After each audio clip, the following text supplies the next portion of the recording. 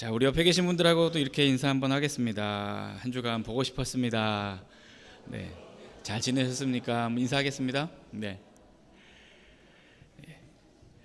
한 주간 건강하게 잘 지내셨죠? 예, 이제 제법 날씨가 좀 선선합니다. 하나님이 계속 또 평안하게 지켜주시기를 또 바랍니다.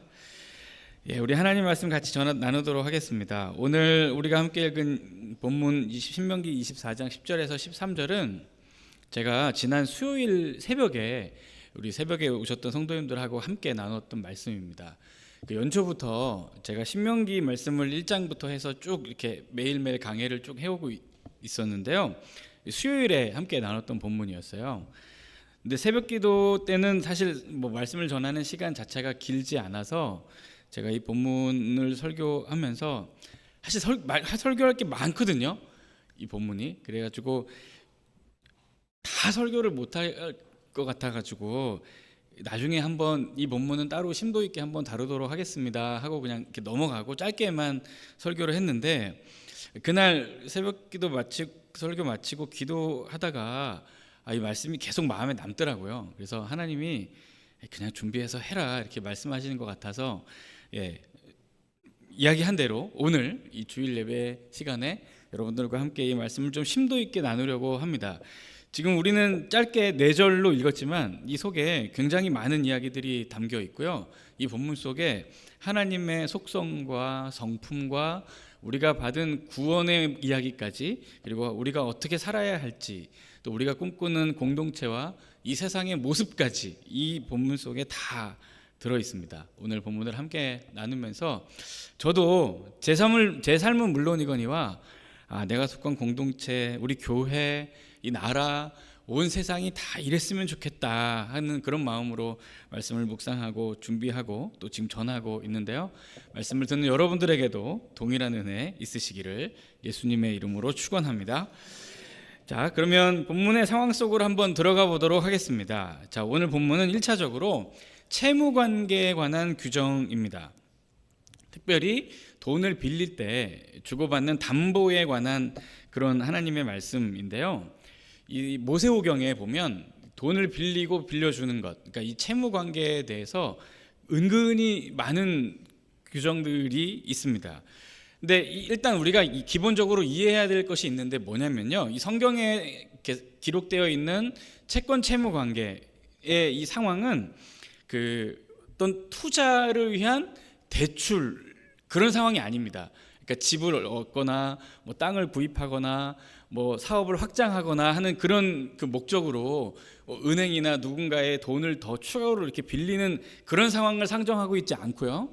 정말 생활이 어렵고 정말 삶이 너무 힘들어서 돈을 빌릴 수밖에 없는 사람이 생존을 위해 돈을 빌려야 하는 상황들을 다 상정하고 있습니다. 그러니까 성경에 나오는 채권 채무 관계에 관한 규례는 우리가 생각하는 그런 어떤 이런 대출이 아니고 진짜 삶이 어려운 사람이 하는 정말 돈 없이서 궁한 사람의 생존과 직결된 문제라는 것을 여러분들이 좀 기억해 주시면 좋겠습니다. 그러니까 이 맥락을 가지고 오늘 본문도 함께 보는 것입니다. 그러니까 이 고대 시대에 있어서 돈을 빌리는 것은 사실 이 당시에는 어떤 그 투자나 대출 이런 개념이 있던 세상은 아니었으니까요. 누군가가 누군가에게 돈을 빌리는 상황 자체가 돈을 빌리는 사람이 굉장히 가난하고 그의 삶이 힘들다는 이야기입니다. 그래서 구약 성경은 이 채권 채무에 관한 하나님의 말씀을 기록하면서 대부분 채권자보다는 채무자, 그러니까 돈을 빌려주는 사람보다는 돈을 빌리는 사람의 입장에서 그 빌리는 사람의 마음을 헤아리도록 많이 규정하고 말씀을 하고 있습니다. 그러니까 채권자의 권리를 어떻게 행사할 것인가에 대한 그런 말씀보다는 채무자의 상황을 어떻게 이해해야 하는가라는 것에 더 초점이 맞춰져 있다는 것이죠.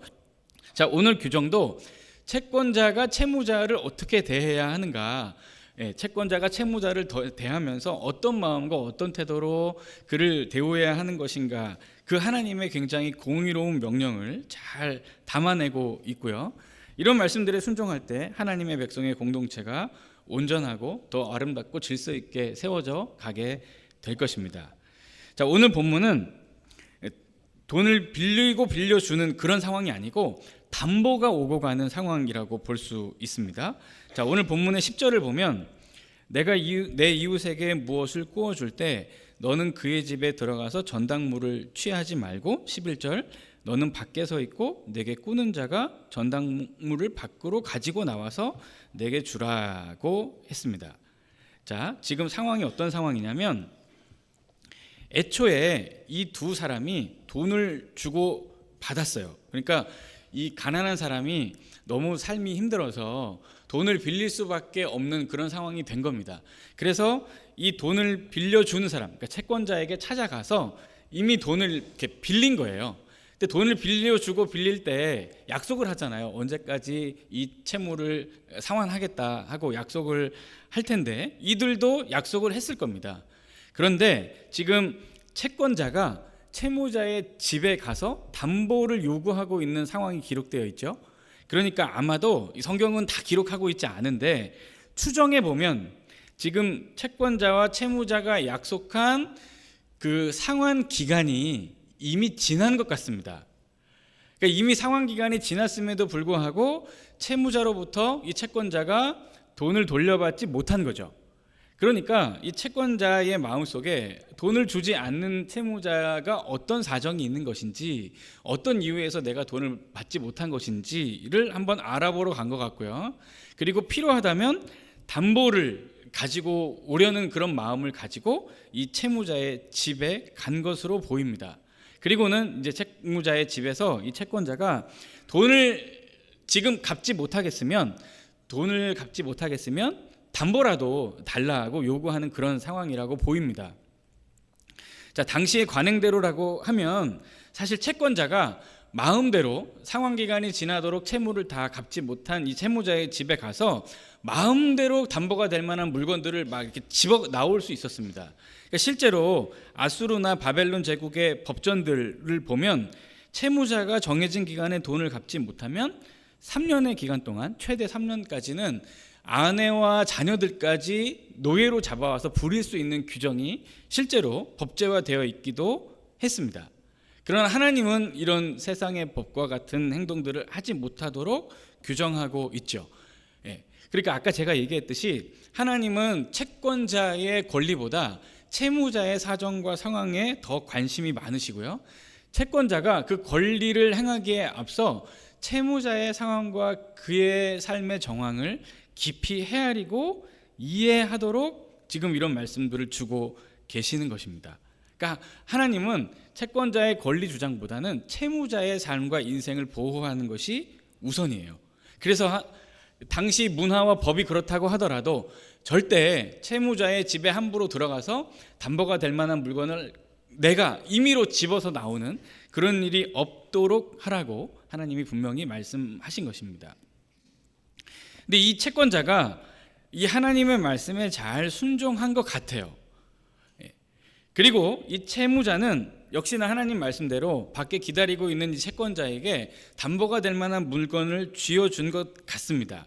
자, 오늘 본문의 13절을 보면 채무자의 사정이 어떠한지, 그리고 그 채무자가 상환 기간에 돈을 갚지 못해서 어떤 물건을 담보로 채권자에게 제공해 주었는지에 대한 단서가 잘 기록이 돼 있죠. 자, 13절을 한번 보세요. 해질 때에 그 전당물을 반드시 그에게 돌려줄 것이라. 그리하면 그가 그 옷을 입고 자며 너를 위하여 축복하리니 했습니다. 자, 여기 보면 이미 채권자가 채무자에게 전당물을 받았죠. 그리고 그것을 돌려주라고 했습니다. 그런데 뭐라고 써 있죠? 그 옷을 입고 잔다, 이렇게 기록을 하는 것을 보면 이 채무자가 자신의 집에 담보물을 요구하면서 찾아온 채권자에게 자기의 옷을 담보물로 주었음을 짐작해 볼 수 있습니다. 이해되시죠? 예. 자, 여기 이 옷은 무엇이냐면 심라라는 이제 히브리어인데, 이 옷은 그냥 옷이라기보다는 겉옷입니다. 겉옷. 그러니까 이 히브리 사람들에게는 겉옷이 있고 속옷이 있는데요. 그러니까 예를 들면 제가 지금 이렇게 자켓을 입고 있고 자켓 속에 셔츠를 입고 있잖아요. 그러니까 이런 개념으로 이해하시면 됩니다. 그러니까 그 당시 고대 이스라엘 사람들은 이 속에 그 면티나 러닝 셔츠 같은 그런 얇은 옷을 하나 입고 낮에는 그렇게 다니는 거죠. 날씨가 뜨거우니까. 그러나 저녁 때는 이제 외투 같은 걸 하나 걸치는 겁니다. 일교차가 크니까 그렇게 옷을 입고 다녔다고 해요. 그리고 이제 밤에는 기온이 이제 더 떨어지니까 이 걸치고 다녔던 그 외투를 이불처럼 덮고 자기도 했답니다. 그러니까 그 이스라엘 사람들에게 있어서 이 겉옷은 그들에게는 생활 필수품입니다. 그리고 어쩌면 그들의 삶의 마지노선과 같은 재산이라고 할 수 있습니다. 그리고 이 겉옷은 확실히 없어서는 안 될 생활 필수품이기 때문에 재산으로서의 가치가 있는 물건이었어요. 그러니까 담보로 제공할 수 있었던 것입니다. 자, 그러면 한번 생각해 보세요. 자, 채권자가 채무자의 집에 상환 기간이 지나서까지 돈을 못 받았기 때문에 돈을 받으러 갔습니다. 돈을 받으러 갔는데 돈을 줄 수 있는 형편이 아닌 것 같아요. 그러면 담보라도 하나 가지고 나와야겠죠? 자, 그러면 이 당시의 법과 문화대로 이 채권자가 채무자의 집에 들어갑니다. 근데 보다시피 이 채무자는 돈을 갚을 만한 상환 능력이 없는 사람이니까 돈을 못 갚았겠죠. 가난하니까. 예. 있으면서도 안 주는 그런 상황이 아닙니다. 지금 그런 게 아니고 진짜 없는 상황이에요. 그러니까 돈을 갚을 돈도 받을 돈도 없고 담보를 갖고 올 것도 없어요. 그런데 찾아보니까 뭐가 있어요? 겉옷이 있습니다. 겉옷. 그나마 재산 가치로 환산할 수 있는 겉옷이 있는 거예요. 그러니까 채권자는 만약에 이 채무자의 집에 들어가서 임의로 담보가 될 만한 물건을 집어가지고 나온다고 한다면 이 채권자는 망설임 없이 이 겉옷을 집어가지고 나올 거예요. 왜냐하면 이 가난한 집에 이것 말고는 담보가 될 만한 게 없을 테니까요. 그러면 이 채무자는 채권자가 자기 집에 들어와서 마음껏 자기 집을 막 이렇게 둘러보다가 자기에게 남은 유일한 생필품인 겉옷을 탁 들고 나가면 이 채무자의 마음이 어떻겠어요? 너무너무 힘들고 괴롭고 정말 인생이 뭔가 싶은 만큼 절망과 아픔이 이렇게 막 가득하지 않겠습니까? 그렇죠? 그러니까 채권자가 그냥 밖에서 기다리는 겁니다. 그런데 채권자가 밖에서 기다리니까 이 채무자의 입장에서는 담보라도 주지 않을 수가 없어요. 분명히 약속했잖아요. 상환 기간에까지 돈을 갚겠다고. 그런데 돈을 갚지 못했으니까 담보라도 줘야 되는 것이 맞죠. 그게 합당한 경우잖아요. 그런데 이 채무자는 아무리 찾아봐도 담보로 제공할 만한 물품이 없어요. 유일하게 하나 담보로 제공할 게 있다면 뭐죠? 자기가 밤에 덮고 자야 하는 이 겉옷입니다. 그러니까 이 사람은 어쩔 수 없어요. 어쩔 수 없어요. 예. 뭐 야속하게 생각할 것도 없어요. 그럴 수밖에 없는 상황입니다. 그러니까 자기가 밤에 덮고 자야 될 이 겉옷을 밖에서 기다리고 있는 채권자에게 자기가 집어다가 갖다 준 거예요. 그래도 감사하죠. 채권자가 자기 마음대로 들어와가지고 막 온 집안을 헤집다가 이거라도 가져가는 거 하고 채권자는 밖에서 기다리고 아유 그래도 어쩔 수 없지 하고 내가 들고 가져다 주는 거하고는 차원이 다르잖아요. 그렇죠? 네. 지금 그런 상황인 것입니다. 그런데 하나님이 뭐라고 말씀하셨냐면 이 담보로 받은 이 이부자리, 이 겉옷이라면 이런 물건을 담보로 준 사람이라면 틀림없이 가난한 사람일 테니 해가 지기 전에 반드시 돌려주라고 했습니다. 왜냐하면 이 겉옷은 이 사람에게 남은 유일한 재산이고요. 덮고 잘 이불이잖아요. 덮고 잘 이불. 그러니까 이거 없으면 덮고 잘 이불도 없는 거 아닙니까? 그러면 삶이 송두리째 무너지는 거죠. 그러니까 얼마나 깊은 절망과 좌절을 경험하게 되겠습니까? 어쩌면 다시 일어날 수 있는 힘과 소망까지 버릴 수 있는 가능성이 있기 때문에 하나님이 너무 가혹하게 대하지 않도록, 그럼에도 불구하고 이 가난한 사람이 다시 한번 일어날 수 있도록 힘과 위로와 격려를 주기 위해 이런 말씀들을 주고 계시는 겁니다. 자, 이 신명기 24장 10절에서 13절을 우리 전통적인 개혁주의 신학자들은 어떻게 해석을 했느냐면, 자, 칼빈은 이 말씀을 이렇게 해석했습니다. 이 말씀은 채권자가 빚 갚는 자의 집을 마음대로 수색해서 그가 살아가는 필수품까지 빼앗는 잔혹함을 막으려는 것이다 라고 했습니다. 자, 이 칼빈은 채무자보다 채권자에게 지금 초점을 맞추고 있습니다. 그러니까 이 채권자가 가혹하게 채무자의 집을 막 이렇게 휘젓고 다니면서 마지막 남은 물건까지 들고 나오면 이 사람 얼마나 비정합니까? 그렇죠? 진짜 피도 눈물도 없는 사람이잖아요, 우리가 지켜보면. 그러니까 하나님이 이 채권자를 보호하시려고 이런 규정을 주셨다는 거예요. 그러니까 이 채권자가 비정한 사람이 되지 않도록, 그러니까 사람에게 마지막 남은 희망, 그 소망까지 짓밟는 사람이 되지 않도록 채권자를 보호하시는 규정이다, 이제 이렇게 해석을 한 거죠. 또 매트 헨리라는 사람이 있는데 이 사람은 이런 해석을 했습니다. 이 규정은 가난한 자가 비록 빚을 졌어도 그의 존엄과 자유를 무너뜨릴 권리를 채권자에게 주지 않으셨다고 해석했습니다. 자, 지금 이 매트 헨리라는 사람은 또 채권자가 아니라 채무자에게 초점을 맞추고 있습니다. 그러니까 비록 빚을 졌어도 그 채권자가 자신의 집에 함부로 쳐들어와도 아무 문제가 되지 않는 상황이기는 하지만 그의 삶을 송두리째 무너뜨릴 수 있는 권리를 그에게 주지 않았다. 바꿔 말하면 채무자는 채권자 때문에 실족하지 않을 수 있다라는 거죠. 그러니까 하나님이 계속해서 그의 삶에 소망과 희망을 남겨두시는 그런 의미를 가지고 이 본문을 해석한 것입니다. 자, 하나님께서 이 채권자 그리고 채무자에게 둘 다 최소한의 인감됨을 보장하는 그런 아름다운 규례의 말씀을, 울타리를 보장하면서 주신 것입니다.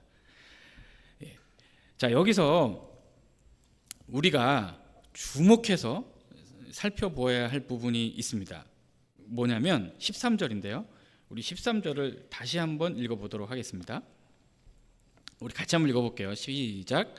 해질 때에 그 전당물을 반드시 그에게 돌려줄 것이라.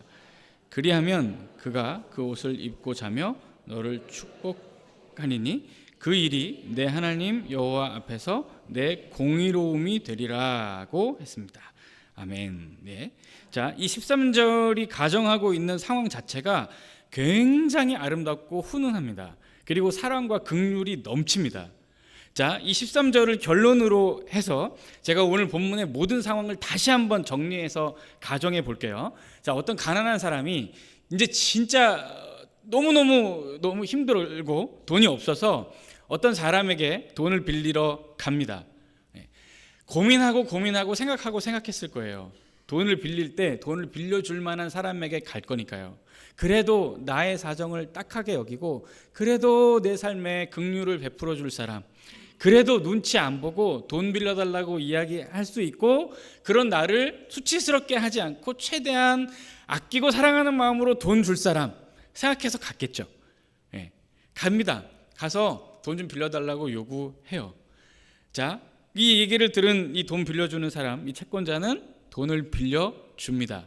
그래도 이들의 관계가 어떠하든지 어쨌든 채무 관계는 확실해야 되니까 둘 사이에 언제까지 갚겠다는 상환 계약을 체결합니다. 그렇게 시간이 지났습니다. 이 가난한 사람, 이 채무자는 도저히 이 돈을 갚을 만한 능력을 그동안 구비하지 못했습니다. 이 돈을 갚을 수가 없었어요. 그래서 상환 기간을 지나칩니다. 그러자 이 채권자는 채무자의 삶에 어떤 문제가 있는지, 그의 상황이 어떠한지, 정말 돈을 못 갚는 상황인지, 그리고 돈을 못 갚는다면 담보라도 가지고 와야 되겠다라는 생각을 가지고 이 채무자의 집에 찾아갑니다. 그러나 이 채권자는 그래도 하나님 말씀에 순종하는 사람, 그래도 하나님을 경외하는 사람이어서 하나님의 말씀대로 행합니다. 그 당시의 법률이, 그 당시의 문화와 관습이 규정하고 있는 대로 하지 않고 함부로 채무자의 집에 들어가지 않은 채 대문 밖에서 기다립니다. 이 채무자는 채권자가 상환 기간이 지나 자신을 찾아오게 되었다는 사실을 인지하고 그 채권자를 무시할 수는 없고, 어쨌든 약속한 기간에 돈을 갚지 않은 것은 내 잘못이고 내 책임이니까 채무자로서의 책임을 다하려고 애를 씁니다. 그래서 스스로 이 채권자에게 담보로 줄 만한 물건을 골라서 나갑니다. 그 담보가 뭐였다고요? 겉옷입니다. 오늘 내가 추운 이 밤에 덮고 자야 할 그 이불, 그 옷을 채권자에게 건네줍니다. 그러면 이 채권자는 대문 밖에 기다리다가 채무자가 나와서 자신에게 그 옷을 건네줄 때 이 담보물을 받아서 집으로 돌아갑니다. 그렇게 돌아가고 나서 시간이 지납니다. 하루 해가 다 지나고 이제 해가 점점 지기 시작합니다. 석양이 빨갛게 이제 지는 거죠. 근데 이 해가 질 때에 이 하나님의 말씀을 잘 지키고 순종하며 경외하는 마음을 가진 이 채권자의 마음에 채무자가 불쌍하다는 생각이 들기 시작합니다. 그래서 한 번 더 하나님의 말씀에 순종하고자 이 채무자의 집을 다시 찾아갑니다. 다시 찾아가서 이 채무자에게 담보로 가지고 온 이 겉옷을 다시 돌려주면서 걱정하지 말고 이 이불 덮고 편히 주무세요. 나는 어차피 이 담보 없어도 덮고 잘 이불 있습니다. 그리고 비록 상환 기간이 지났지만 어차피 나한테는 여윳돈이었으니까, 어차피 나는 없어도 사는 돈이니까 괜찮습니다. 조금 더 쓰고 넉넉해질 때 그래도 살만해지면 그때 갚으세요 하고 그에게 은혜와 사랑을 베풀어 준 것입니다. 자, 이 담보로 제공했던 옷을 다시 돌려받은 이 채무자는 이 옷을 받아가지고 집으로 돌아옵니다. 그리고 이제는 완전히 해가 지고 캄캄한 밤이 되어 잠자리에 자려고 눕습니다. 그리고 돌려받은 담보물인 이 겉옷을 덮어요. 그리고 나니까 이 채무자가 하나님 앞에 그 와중에 감사한 마음이 드는 거예요. 비록 지금 내 사정이 너무 어렵고 너무 힘들고 정말 돈 한 푼 없는 그런 안타까운 상황이지만, 그럼에도 불구하고 나에게 돈을 구워주고 나에게 이 담보물을 다시 돌려준 이런 사랑이 아직도 이 세상에 남아있다고 생각하니까, 그래도 이 세상이 살만하구나, 그래도 비빌 만한 언덕이 있구나, 하나님이 그래도 나에게 다시 한번 살 기회를 주시는구나, 그래도 하나님이 저 사람을 통해서 나에게 사랑과 긍휼의 은혜를 베풀어 주시는구나, 하나님 감사합니다 라고 기도하는 것입니다. 그리고 이 채무자는 이 이불을 덮고 하나님 앞에 감사의 기도를 드린 후에 역시나 기도하지 않을 수 없죠. 자신에게 담보물을 돌려준, 자기의 권리를 적극적으로 행사하지 않고 오히려 나를 긍휼히 여겨주고 나에게 사랑과 자비를 베풀어준 그 채권자를 위해 기도하기 시작합니다. 하나님, 이 긍휼과 사랑이 많은 이 사람, 이 시대의 법과 질서와 문화와 관습을 따르지 않고 하나님의 말씀을 따르고 하나님의 마음을 알아 하나님의 뜻에 순종해서 나에게 담보물을 다시 돌려준 이 사람, 하나님 축복합니다. 아버지, 이 사람을 통해 더 많은 사람들이 하나님의 사랑을 알고 예수 그리스도의 긍휼을 알고 구원받아 하나님의 자녀가 되도록 아버지, 이 채권자의 인생과 삶과 가정과 자녀들에게, 그리고 그 일터와 사회와 현장에 복을 많이 주세요 하고 이 채무자가 채권자를 위해 기도합니다. 너무 아름답지 않습니까? 돈을 빌려준 사람이 돈을 빌린 사람의 사정과 마음과 삶을 헤아려서 담보물도 돌려주고 돈도 마음대로 쓰라고 합니다. 그냥 편하게 쓰라고. 그러자 이 사랑을 받은 이 채무자는 채권자가 자신을 사랑하고 하나님을 사랑하는 사람이라는 것을 알아서 이 채권자를 위해 축복하며 기도해 줍니다. 눈치 보는 게 아니고요. 하나님, 이 사람을 사용해 달라고, 하나님 이 사람을 더 존귀하게 여겨달라고 축복하며 기도합니다. 이 훈훈한 광경이 지금 이 밤에 계속 상호간에 오고 가는 것입니다. 하나님이 이 기도를 들으셨어요. 채무자가 채권자를 위해서 하는 기도를. 그리고는 하나님이 이제 채권자에게 가서 말씀하십니다. 채권자에게 이렇게 얘기하시는 거예요. 내가 오늘 너의 모든 삶을 다 지켜보았다. 내가 오늘 너의 하루를 다 보았다. 네가 담보물을 받으러 채무자의 집에 갔었지. 내 말대로 밖에서 잘 기다렸지. 그리고 그가 가지고 온 담보물, 겉옷을 들고 집에 갔다가 하루 해가 지기 전에 그가 춥게 잘 것을 염려해서 역시나 내 말대로 순종해서 다시 채무자의 집에 가서 담보물을 돌려줬지. 내가 다 봤다. 네가 가고 난 뒤에 그 채무자는 너를 위해 기도하더라. 그가 네 삶이 잘 되기를 바란다고, 덕분에 나도 힘을 얻고 다시 한번 일어날 수 있는 결단과 다짐을 하게 되었다고, 나에게 감사하다고 기도하더라. 그래서 내가 그의 기도에 응답해서 너에게 복을 많이 주려고 한다. 너는 내 말에 참 순종을 잘하는, 그리고 정말 생명과 인생을 귀히 여기는, 진짜 나를 경외하는 공의로운 사람이구나. 이렇게 말씀해 주셨다는 겁니다, 채권자한테. 그러니까 지금 우리가 무미건조하게 그냥 10절부터 13절까지 뭐 내 이웃에게 무엇을 구워줄 때는 전당물을 받으러 집에 들어가지 말아라, 뭐 이렇게 그냥 그 아주 딱딱한 그런 그 법전을 읽은 것처럼 우리가 읽었지만, 이 짧은 4절의 문장 속에 이런 훈훈함과 아주 아름다운 사랑의 이야기가 오고 갔고요, 축복과 기도와 하나님과의 만남들이 이 속에 어마어마하게 지금 이루어졌습니다.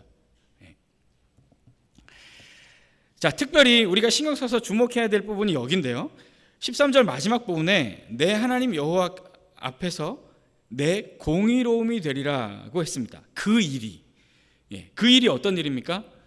채무자의 집에 함부로 들어가지 않은 일, 그리고 채무자가 담보로 준 그 담보물을 다시 돌려준 일을 하나님은 이 채권자, 그의 인생을 공의로 여기시겠다는 것입니다. 자, 여기서 우리말 공의라고 번역되어 있는 체다카라는 단어가 있는데, 이 단어는 구약 성경에서 굉장히 의미 있는 단어고요, 아주 그 성경의 진리를 잘 드러내는 그런 단어입니다. 이 단어는 1차적으로 정의, 의로움 이런 뜻을 가지고 있어요. 자, 그런데 이 단어는 단순히 법적으로 의롭고 정의로운 것을 말하는 것은 아닙니다. 그러니까 법이 엄격하게 규정하는 대로 옳은 것을 옳다 하고 그른 것을 그르다 하고, 잘한 자에게 상을 주고 잘못한 자에게 벌을 주는, 아주 냉철하게 법의 잣대로 딱 심판하고 정확하게 판단하는 그것만을 가리키지 않는다는 겁니다. 물론 그것도 공의의 한 요소이지만 그것만이 다가 아니라는 거예요. 그러면 이 공의, 이 체다카는 어떤 뜻이냐면 하나님의 성품과 속성을 잘 설명하는 단어입니다. 그러니까 하나님의 성품과 속성으로 인해서, 그 하나님과의 깊은 관계로 인해서 하나님의 뜻과 그분의 마음을 이 땅 가운데 이루는 모든 삶의 실체를 체다카라고 넓은 의미에서 이해할 수 있어요.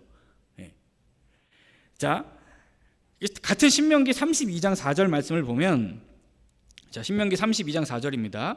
하나님에 대해 성경이 이렇게 서술합니다. 그는 반석이시니 그가 하신 일이 완전하고 그의 모든 길이 정의롭고 진실하고 거짓이 없으신 하나님이시니. 자, 그 다음 뭐라고 써있죠? 공의로우시고 바르시도다. 누가요? 하나님이 공의로우시대요. 여기서 하나님이 공의로우시다고 할 때 이 공의가 바로 체다카 똑같은 단어입니다. 그러니까 하나님은 공의로운 분이세요. 근데 지금 하나님이 어떤 사람을 공의롭게 여긴 거죠? 자신의 권리를 주장하지 않고 오히려 어려운 형편에 있는 사람의 사정과 삶을 이해하고 헤아려서 이 사람에게 긍휼과 자비를 베푸는 사람에 대해서 공의롭다고 이야기하셨습니다. 그럼 하나님은 당신도, 당신 자신을 가리켜서도 나는 공의로운 하나님이시라고 얘기합니다. 그러면 하나님도 어떤 분이세요? 권리를 주장하지 않는 분이 아니시고, 긍휼과 사랑과 자비를 넉넉하게 베푸시는 공의의 하나님이시라는 것입니다. 우리는 이 공의의 하나님 때문에, 하나님의 이 공의로운 성품 때문에 구원받아 하나님의 자녀가 되었습니다.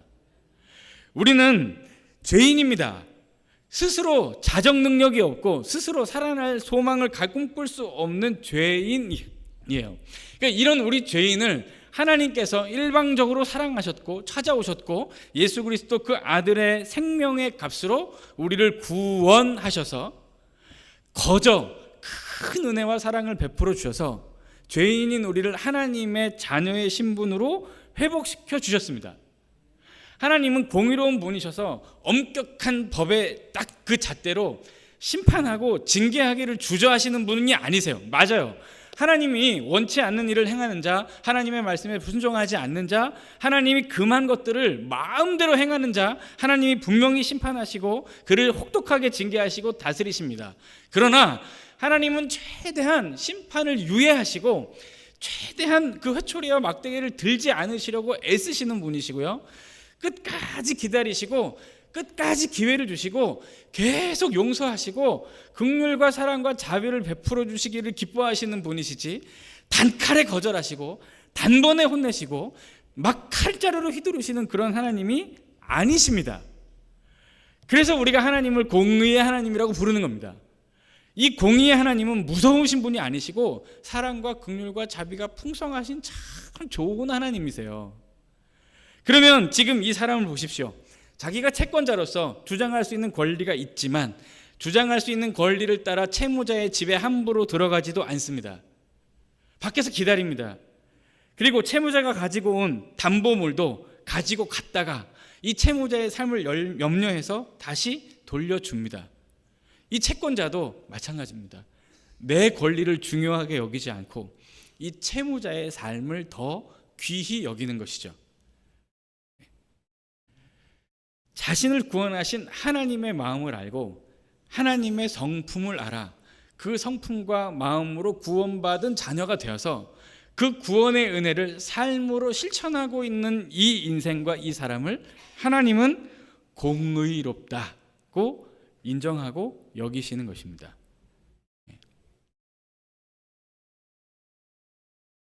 그럼 오늘 본문의 이야기로 다시 한번 돌아와 볼까요? 하나님께서 오늘 본문과 같은 규정을 이스라엘에게 허락하신 것은 단순히 채권 채무 관계를 명확히 하라고 주신 말씀이 아닙니다. 그러니까 사회의 질서의 유지를 위해서 주신 규례가 아니라는 거예요. 여기서 우리가 알 수 있는 몇 가지 사실들이 있죠. 어떤 사실들입니까? 옷 한 벌 담보로 잡힐 수밖에 없는 그런 가난하고 힘들고 괴로운 인생들이 우리 삶의 주변에 있다는 얘기입니다. 실제로 있잖아요. 많죠. 우리의 기도와 우리의 사랑과 우리의 도움과 우리가 베푸는 자비와 나눔과 선을 절실히 필요하는 이웃들이 많이 있습니다.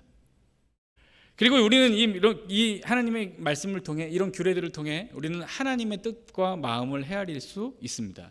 하나님이 당신의 마음과 당신의 성품과 속성을 이 인간 세상의 규례에 담아 사람이 사는 사회에 주셨다는 것은 하나님을 경외하는 자들이 이 하나님의 마음과 속성과 성품을 제대로 이해하고 경험하고 깊이 헤아려서 그들의 삶의 자리에서 실천하고 적용하면서 하나님의 성품과 하나님의 속성이 우리가 살고 있는 이 세상에 충만하게 이루어지기를 원하시는 것입니다.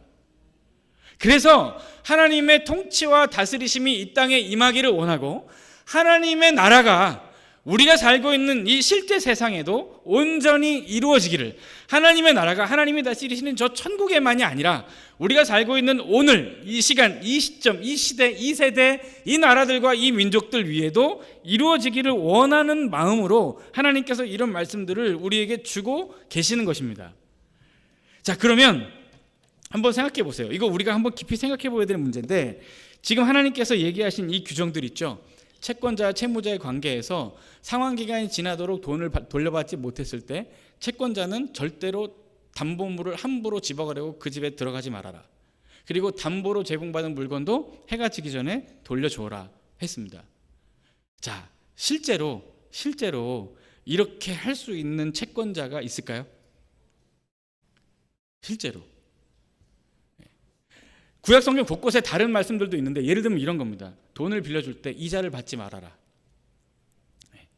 여러분, 무이자, 원금 상환, 그리고 무기한, 평생 죽을 때까지 그냥 너 상황 될 때 원금만 이자 말고 갚아라. 이렇게 돈 빌려줄 사람이 이 세상에 있을까요? 있나요? 이런 사람이 있으면 여러분, 이런 사람한테만 돈 빌리러 갈 겁니다. 그렇죠? 이런 사람한테만 돈 빌리러 가죠. 아마 대부업체나 은행 다 망할걸요? 이런 사람이 있는데 뭐하러 이자 받는 데 갑니까? 상환기간 정하는 데 가서 돈 빌리겠어요? 이자도 안 받고 기간도 없는 사람한테 다 가죠. 그러니까 이 규례를 쉽게 사람이 순종할 수가 없을 겁니다. 네. 한두 번은 가능할 수 있을지도 모르겠어요. 혹시나. 근데 계속해서 이렇게 될 수 있을까? 이거 불가능할 것 같아요. 이렇게 살면 소위 요즘에 이런 얘기 하잖아요. 호구.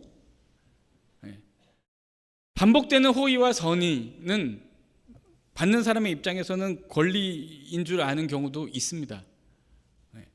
계속 잘해주면 잘해주는 것이 마땅히 내가 누릴 권리인 것처럼 생각하고 오히려 무례해지는 경우도 있죠. 그래서 오히려 베풀다가도 기분이 상해서 중단하는 경우도 많이 있지 않습니까? 그러니까 선을 베푸는 사람도 한계가 있고, 선을 받는 사람의 입장에서도 우리 인간이 다 연약하니까 처음에는 감사합니다 감사합니다 하다가 뭐 당연하지 뭐 이렇게 되는 거죠. 처음에는 이자도 안 갚아도 됩니다, 상환기간도 없습니다, 마음껏 쓰세요 그러면 너무너무 감사합니다, 너무너무 감사합니다 하다가 한 번 가고 두 번 가고 세 번 가면 줘 뭐 이렇게 얘기할 수도 있는 거 아니겠어요? 그러니까 이런 규례는 어쩌면 우리가 살아가고 있는 이 2025년 대한민국과 이 국제 정세 속에서 이루어질 수 있는 규례는 아닌 것 같습니다. 그러면 하나님의 말씀이 이 세상에 공허한 메아리네요.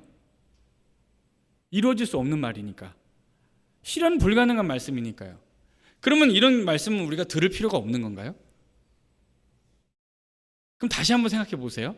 만약에 누군가 이런 말씀을 듣고 순종하는 마음으로 정말 긍휼과 사랑과 자비가 필요한 사람에게 권리를 주장하기보다 긍휼을 베풀고 사랑을 베풀고 자비를 베풀어 준다고 한다면 그 사람은 누구겠습니까? 어떤 사람이 그렇게 할까요? 그 사람은 틀림없이 예수 믿는 사람일 겁니다. 예수를 잘 믿는 사람일 거예요. 정말 신실하게 하나님을 경외하고 예수 그리스도께서 나를 위해 십자가를 지시고 나를 구원하신 구세주라는 그 구원의 감격에 아주 흠뻑 잠긴 사람일 거고요.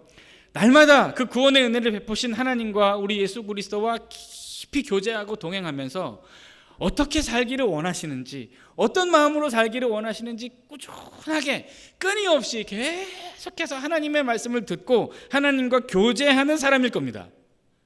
그런 사람이라면 이런 말씀에 순종하며 살아갈 수 있을 거예요. 그러면 하나 더 생각해 보세요. 이런 사람이 한 명이 있고 두 명이 있고 세 명이 있고 10명이 있다고 한번 생각해 보십시오. 그냥 좁게 생각해서 예를 들면 우리 한남교회에 이런 사람이 10명이 있고 100명이 있다고 생각해 보세요. 우리 교회 너무너무 아름답지 않겠습니까? 채권자도 채무자도 서로 부담 가질 것도 없고 주장할 것도 없고 눈치 볼 것도 없고 서로 불편할 것도 없고 아쉬울 것도 없이 마음껏 교제하면서 서로 축복할 수 있는, 채권자도 채무자를 위해 채무자도 채권자를 위해 서로가 서로를 사랑하면서 긍휼과 자비를 아낌없이 베풀면서 서로를 위해 기도하고 중보해 줄 수 있는 이런 아름다운 공동체가 있다는 것은 큰 축복이겠죠. 예수 믿는 사람들이 가득한 공동체는 이런 광경이 이루어질 것입니다. 그러면 이 예수 믿는 사람들이 우리 교회에 가득하고 더 나아가서 우리가 살고 있는 이 성남 땅에 이런 예수 믿는 신실한 믿음의 사람들이 가득하다고 생각해 보세요. 어느 집 대문을 열고 들어가도 다 나한테 돈 빌려줄 수 있는 사람들, 그런 사람이 가득한 세상에 살 수 있다면 이 세상 정말 살만하지 않습니까? 이런 사람들로 이 대한민국이 가득하다고 한번 생각해 보십시오. 법 없이도 살 수 있는 사람, 경찰이 뭐 필요하겠습니까? 진짜 아름다운 세상이 우리 가운데 이루어지지 않겠습니까? 그러니까 오늘 말씀을 준비하면서 제가 정말 무릎을 치면서 다시 한번 공감하고 감탄하지 않을 수 없는 진리가 하나 있었는데 그게 뭐냐면, 그러니까 예수 그리스도의 십자가의 복음이 세상의 소망입니다. 그리고 이 예수 그리스도의 십자가의 복음을 제대로 이해하고 경험하면서 그 그리스도의 은혜와 사랑을 나누고 베풀고 실천하며 살기로 작정하고 각자의 삶의 현장에서 어떻게든지 하나님의 말씀대로 순종하며 살아가는 우리 그리스도인들이 이 세상의 소망이고 유일한 희망이며 정말 참된 빛과 소금이구나 하는 것을 다시 한번 발견하고 하나님 앞에 감사하지 않을 수 없었습니다. 하나님은 인생을 사랑하십니다. 하나님은 사람을 사랑하세요. 하나님은 사람을 귀히 여기십니다. 하나님은 인생을 귀하게 여기십니다. 특별히 하나님의 말씀에 성실하게 응답하면서 그 말씀에 순종하기 위해 애쓰고 실천하고 적용하기 위해 몸부림치는 구원의 은혜에 깊이 잠겨 매일 하나님과 동행하는 사람을 사랑하시고요. 또 성실하게 살아도 괴로운 일 당하고 아픈 일 당하고 억울한 일 당해서 하루하루 기도하면서 하나님의 긍휼과 자비를 구하는 그런 인생들 하나님이 사랑하시고 귀하게 여기십니다. 예수 그리스도의 은혜와 사랑이 넘치는 세상, 그 예수 그리스도의 사랑과 긍휼을 받아 서로가 서로를 사랑하고 축복하고 기도하며 격려하고 위로하는 세상. 아모스 선지자의 선포와 같이 정의가 물같이 공의가 강같이 흐르는 세상. 여러분, 이런 세상에 살고 싶지 않으십니까? 우리 하나님께서 이런 아름다운 세상, 이 땅에 하나님의 나라가 이루어지기를 원하는 마음으로 우리를 부르셨다고 믿습니다. 하나님이 원하시는 세상의 모습이 과연 이루어질 수 있을까? 있습니다. 우리 하나님을 경외하는 믿음의 사람들이 있는 한 하나님의 나라와 주님의 통치가 이 땅 가운데 분명히 이루어질 수 있습니다. 사랑하는 성도 여러분, 예수 그리스도의 구원의 은혜를 받아 거저 큰 은혜를 받아 하나님의 자녀가 되었으니까 이 하나님의 자녀가 된 이 긍휼과 사랑을 잘 깊이 간직하고 많이 나누고 베풀고 섬기면서 그렇게 그리스도의 복음을 전하면서 하나님의 나라를 이 땅에 이루는 저와 여러분들의 삶이 되시기를 예수 그리스도의 이름으로 축원합니다. 우리 같이 찬양하겠습니다. 우리 나제네처럼 만멘달처럼 함께 찬양하겠습니다.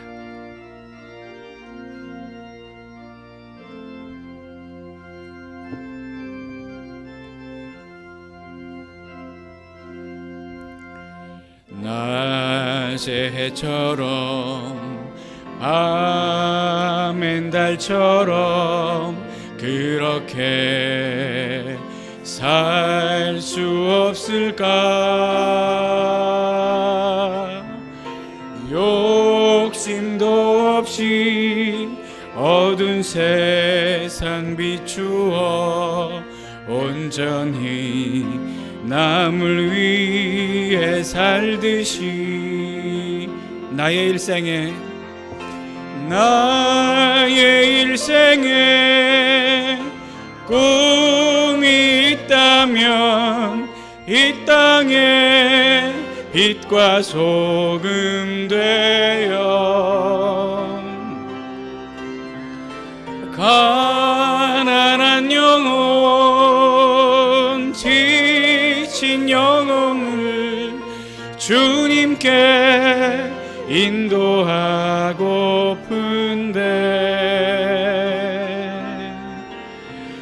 나의 욕심이 나의 못난 자가 언제나 커다란 짐 되어 나를 짓눌러 마음을 곤곡해 하니 예수여 나를 도와주소서. 예수님처럼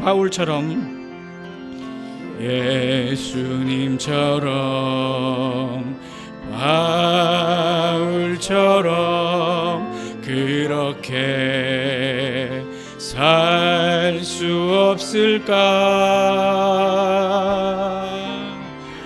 남을 위하여 당신들의 온몸을 온전히 버리셨던 것처럼 주의 사랑은 베푸는 사랑 값없이 거저 주는 사랑 그러나 나는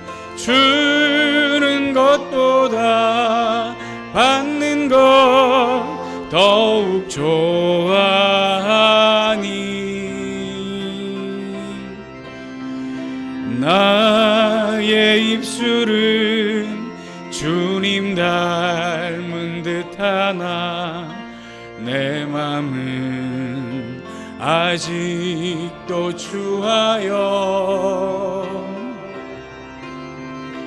받을 사랑만 계수하고 있으니 예수여 나를 도와주소서.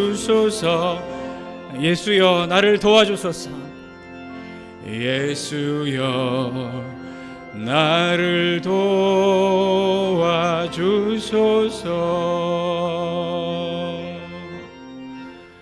아멘. 하나님 아버지 감사합니다. 우리에게 예수 그리스도의 은혜와 십자가의 사랑으로 충만하게 하셔서 우리 주님께서 베풀어 주신 그 긍휼과 사랑을 나누고 베풀고 섬기며 살면서 우리도 예수님처럼 하나님 공의롭게 자비롭게 사랑하며 살아갈 수 있도록 도와주시옵소서. 그렇게 결단하고 살아가는 우리 성도들의 삶을 통해 하나님의 나라가 이루어질 것을 믿사오니 주여 귀하게 사용하여 주옵소서. 하나님, 이 시간 하나님 앞에 나올 때 귀한 예물 드렸습니다. 이 예물 드린 귀한 손길 하나님 기쁘게 받아 주시옵소서. 이 예물에 담긴 하나님과 교회와 영혼을 사랑하는 마음을 기쁘게 받으시고 이 예물이 쓰이는 곳에 복음이 전파되게 하시고 주님의 몸된 교회가 강건하게 서게 하여 주옵소서. 하나님, 또 새로운 한 주간의 삶을 허락해 주셔서 감사합니다. 열심히 복음을 증거하고 하나님의 말씀에 순종하며 거룩하고 진실한 주의 자녀답게 살아갈 수 있도록 도와주시옵소서. 하나님, 우리 성도들의 삶에 은혜 베풀어 주시기를 간절히 기도합니다. 하나님, 몸이 아파 병원에 입원해 있는 성도들, 또 이렇게 저렇게 육신의 질병으로 하나님 앞에 기도하면서 고쳐주시기를 간구하는 성도들의 기도에 응답하셔서 모든 그 병의 근원이 마르게 하시고 새로운 세포가 돋아나게 하시고 새 살들이 자라나게 하시고 오장육부와 모든 관절과 골수에 새 힘이 돋아나는 은혜를 허락하여 주옵소서. 하나님, 마음이 아프고 가슴이 아파서 쉽사리에 잠자리에 들지 못하는 우리 성도들, 우울증도 공황장애도 떠나가게 하시고 불면증과 모든 무기력으로부터도 온전케 하여 주시옵소서. 우리 성도들이 섬기는 직장과 그 운영하는 사업장과 일터에도 복을 주셔서 하나님 삶의 필요들을 다 채워주시고 예수 믿지 않는 사람들과 더불어 살아도 그들을 감화하고 감동하는 주여 영적인 능력과 성령의 권능으로 충만케 하여 주옵소서.